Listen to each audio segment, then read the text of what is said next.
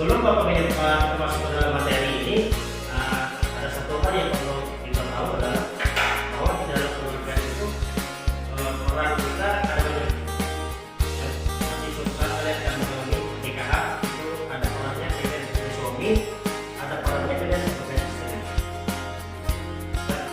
Oke, nah sebelum kita mulai pembelajaran kita pada hari ini, mari kita berdoa. Siapa yang ingin berdoa?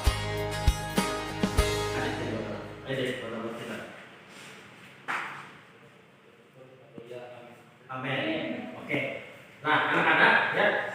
Nah, di sini kita melihat sebuah judul pembelajaran pada hari ini, peran Allah di dalam keluarga. Ya. Peran Allah di dalam keluarga. Ya, kelas 11. Berikan kita dan beri pengerti. Nah, kompetensi dasarnya ini yaitu, nah di situ kita bisa melihat melihat mengakui peran Allah dalam kehidupan keluarga. Terus yang kedua, mengembangkan perilaku tanggung jawab sebagai wujud dari pengakuan terhadap peran Allah dalam kehidupan keluarga. Yang ketiga, menjelaskan peran Allah dalam keluarga. Terus yang keempat, bersaksi tentang peran Allah dalam keluarga. Jadi, yang menjadi indikatornya ya, dalam pelajaran ini kita menghayati dan memaknai peran Allah itu di dalam keluarga dengan menjunjung tinggi nilai-nilai Kristiani, menjelaskan pengertian keluarga dan mengungkapkan peran Allah dalam keluarga. Nah, sekarang sebelum kita masuk ke dalam materi, Bapak pengen tanya ya, keluarga itu apa sih sebenarnya? Keluarga itu apa? Namanya siapa? Ini ya, apa itu keluarga? Enggak apa-apa. Keluarga itu apa? Oh Pak, menurut saya keluarga itu seperti ini. Belum tahu? Keluarga itu yang terdiri dari ayah dan ibu. Ayah dan ibu. Oke, betul sekali. Yang lain? Sama ya? Bapak tambahkan, keluarga itu merupakan kelompok terkecil ya, yang terdiri dari ayah dan ibu dan juga ditambah dengan anak. Walaupun belum memiliki anak, tetap itu namanya dia keluarga. Ya. Persis sama seperti di dalam. Nah, di sini kita bisa melihat pengertian tujuan pembelajarannya pada hari ini adalah pengertian keluarga, fungsi keluarga, peran Allah dalam keluarga. Nah, ini pengertian keluarga tadi ya, terdiri ya, artikel keluarga adalah satuan kekerabatan sangat mendasar dalam masyarakat, artinya lainnya dari keluarga ibu dan bapak beserta anak-anaknya. Yang kedua, bisa dibacakan dari sini. Apa itu?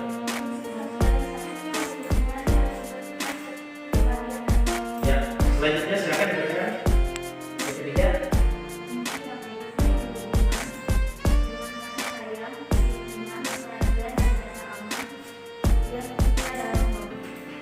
Lanjut tadi, fungsi edukatif yang berkaitan dengan mendidik anak dalam pelaksanaan. Ya.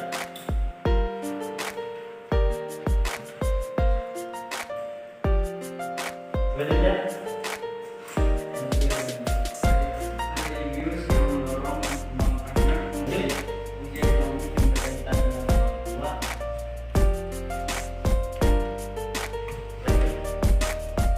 fungsi kedua berkaitan dengan orang tua yang mencari sumber-sumber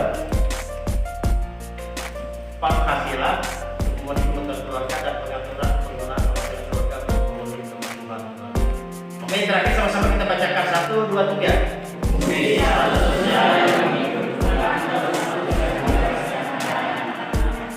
Nah, jadi ada banyak ya anak-anak fungsi keluarga itu di dalam kehidupan kita, baik itu mendidik kita pada saat di dalam kehidupan kita bersama Tuhan, terus mendidik kita pada saat tentang sosial kita ya, baik itu rekreatif dengan tujuan untuk mencari hiburan, memberikan suasana segar dan gembira dalam kehidupan keluarga. Jadi keluarga ini bersifatnya yang paling penting itu adalah pendidikan, itu yang utama itu adalah dalam keluarga. Makanya dalam hal ini yang penting bagi kita adalah mencintai keluarga itu penting. Kenapa? Karena pada saat kita mengalami kesusahan, pada saat kita mengalami suatu masalah,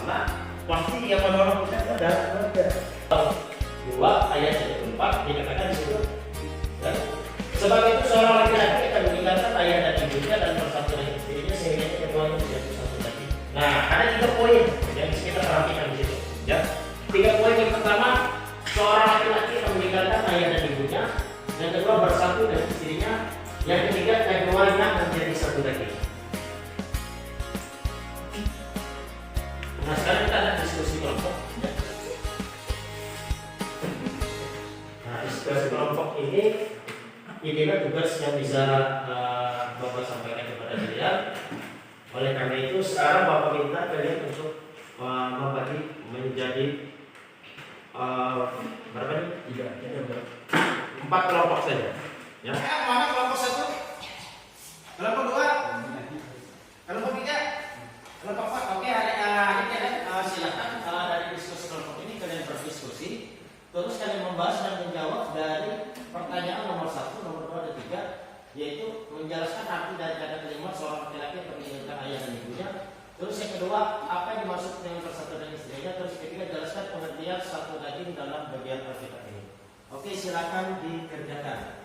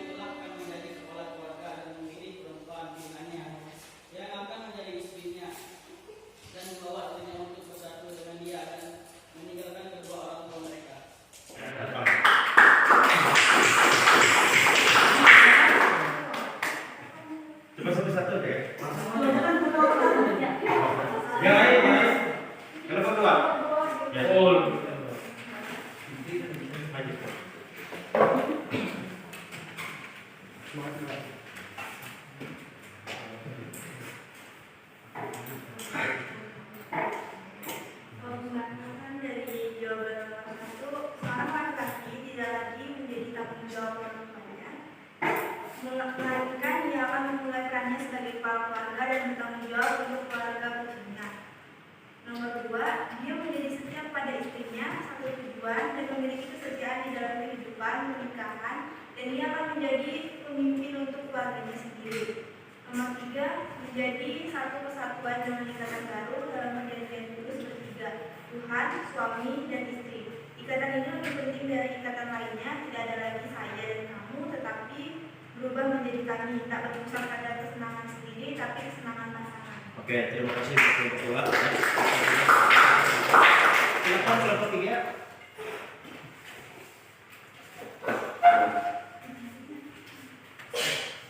Arti dari kalimat seorang laki akan meninggalkan ayah dan ibunya adalah seorang anak laki akan meninggalkan ayah dan ibunya ketika dia menikah dengan istrinya dan bersatu dengan istrinya.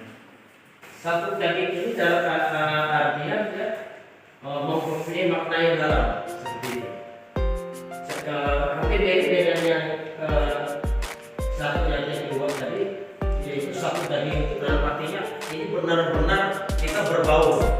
Jadi pada saat kita pacaran, pada saat kita menikah, terusnya ada 2 tahap ya.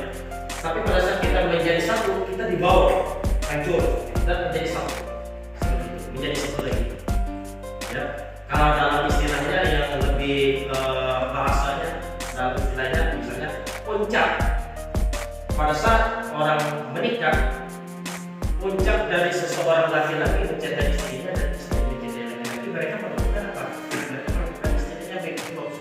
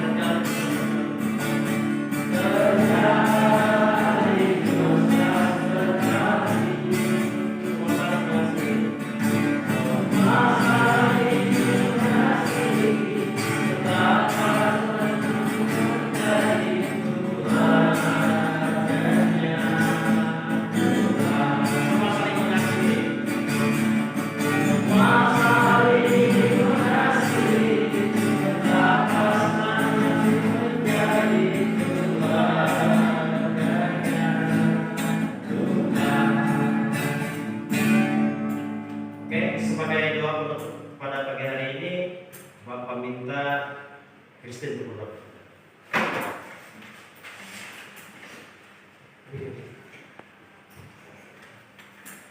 Mari kita berdoa.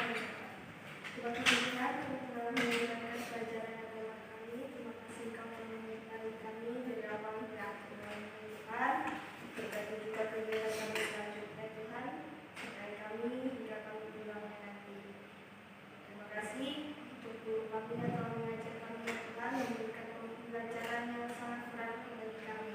Ya Tuhan, ini layak doa kami yang kami alaskan dalam nama Yesus Kristus. Haleluya. Amin. Oke.